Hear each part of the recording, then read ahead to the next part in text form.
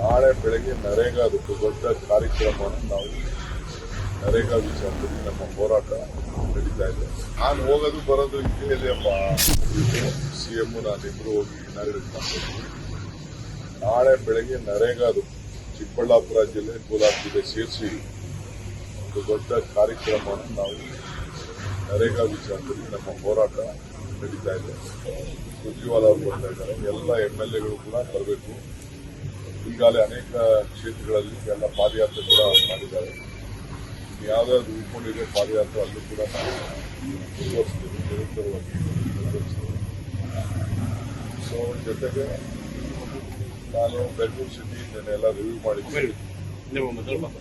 ಎಲ್ಲ ಏನು road works ಇದೆ, 5,000 ವೆಚ್ಚದ ರೋಡ್ ಕೆಲಸ ನಾನು ಇದನ್ನ ಮಾರ್ಚ್ ಏಪ್ರಿಲ್ ಅಲ್ಲಿ ಎಲ್ಲ ಮುಗಿಬೇಕು ಅಂತ ಹೇಳಿದ್ವಿ. ಮಾರ್ಚ್ ಅಲ್ಲಿ ಶುರುವಾಗಬೇಕು, ಏಪ್ರಿಲ್ ಮಳೆ ಬರೋಕ್ಕಿಂತ ಮುಂಚಿತವಾಗಿ ಎಲ್ಲ ಶುರುವಾಗಬೇಕು ಅಂತ ಹೇಳಿದ್ವಿ. ಜೊತೆಗೆ ಬೆಂಗಳೂರು ಸುತ್ತಮುತ್ತ ಒಂದು 40 ಕಿಲೋಮೀಟರ್ ಒಳಗಡೆ ಯಾರಾದ್ರು ಜಮೀನು ಕೊಡೋದಿದ್ರೆ ಇನ್ನೊಂದು ಅಡ್ವರ್ಟೈಸ್ಮೆಂಟ್ ಕರೆದಿ ಅಂತ ಹೇಳಿದ್ದೀನಿ. ಯಾರಾದ್ರು ಯಾವ್ದಾದ್ರು ಗುಡ್ಡಗಳ ಪಕ್ಕ, ಫಾರೆಸ್ಟ್ ಪಕ್ಕ ಯಾವ್ದಾದ್ರು 5-6 ಜನ ರೈತರು ಸೇರಿ, ಇಲ್ಲ ಯಾರಾದ್ರು ಲ್ಯಾಂಡ್ ಅಗ್ರಿಗೇಟರ್ ಸೇರಿ ಒಟ್ಟಿಗೆ ಜಮೀನು ಕೊಡೋದಿದ್ರೆ ಒಂದು 100 ಎಕರೆ 2-3 ಜಾಗದಲ್ಲಿ ತಗೊಳ್ಳೋಕ್ಕೆ ಸಿದ್ಧವಾಗಿದ್ದೀವಿ. ಅದು ಕೂಡ ನಾನು ನಮ್ಮ ಆಫೀಸರ್ಸ್ಗೆ ಇನ್ನೊಂದು ಅಡ್ವರ್ಟೈಸ್ಮೆಂಟ್ ಕೊಡಿ ಅಂತ ಡೆಪ್ಯೂಟಿ ಕಮಿಷನರ್ಸ್ ನಾನು ತಿಳಿಸಿದ್ದೀನಿ. ಯಾಕಂದರೆ ಕಸದ್ದು ಏನಾದ್ರು ಮಾಡಿ ಗೌರ್ಮೆಂಟ್ ಸೊಲ್ಯೂಷನ್ ಮಾಡಬೇಕು. ಈಗ 2 ಜಾಗ ಐಡೆಂಟಿಫೈ ಆಗಿಲ್ಲ, ಇನ್ನು 2 ಜಾಗ ನಾವು ರೆಡಿ ಮಾಡಿ ಇಡಬೇಕಾಗಿದೆ. ಅದಕ್ಕೆಲ್ಲ ಬೆಳೀತಾ ಇದ್ದೀವಿ. ಸೊ ಅದಕ್ಕೆ ಈಗೇನೆ ಪರ್ಚೇಸ್ ಮಾಡಿದ ಅಂತ ಮಾಡಿ ಸರ್, ಕುಮಾರಸ್ವಾಮಿ ಮತ್ತು ಪರಮೇಶ್ವರ್ ಅವರು ಭೇಟಿಯಾಗಿದ್ದಾರೆ ಸರ್. ಅವರೇನು ಬಹುಶಃ ಅವ್ರ ಕ್ಷೇತ್ರಕ್ಕೆ ಏನಾದ್ರು ಇಂಡಸ್ಟ್ರೀಸ್ ಮಾಡ್ತೀವಿ ಅಂತ ಏನಾದ್ರು ಮಾಡಿ ಅಂತ ಕೇಳಿರ್ಬೋದು. ಇಲ್ಲ ಅವ್ರಿಗೇನಾದ್ರು ಒಂದು ವಿಚಾರ state minister, central minister problems ಅಂತ ಮಾತಾಡಿದ್ರು.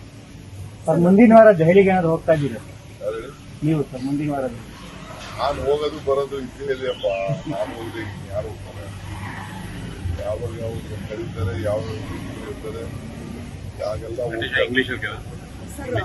ಆಫೀಸರ್ಸ್ನೆಲ್ಲ ಮೀಟ್ ಮಾಡಬೇಕು. ನಾವು ಯಾವ್ದು ತಾರೀಕು ಅದ್ರ ಬಗ್ಗೆ ಕೂಡ ಒಂದು ಡೀಟೇಲ್ ಬಂದಿದೆ.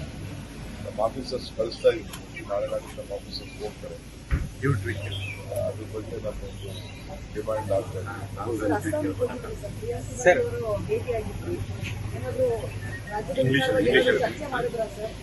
ನಮ್ಮ ರಾಜ್ಯದ ವಿಚಾರ ಎಲ್ಲ ನಾಗೆಲ್ಲ ಮಾತಾಡ್ತೀವಿ.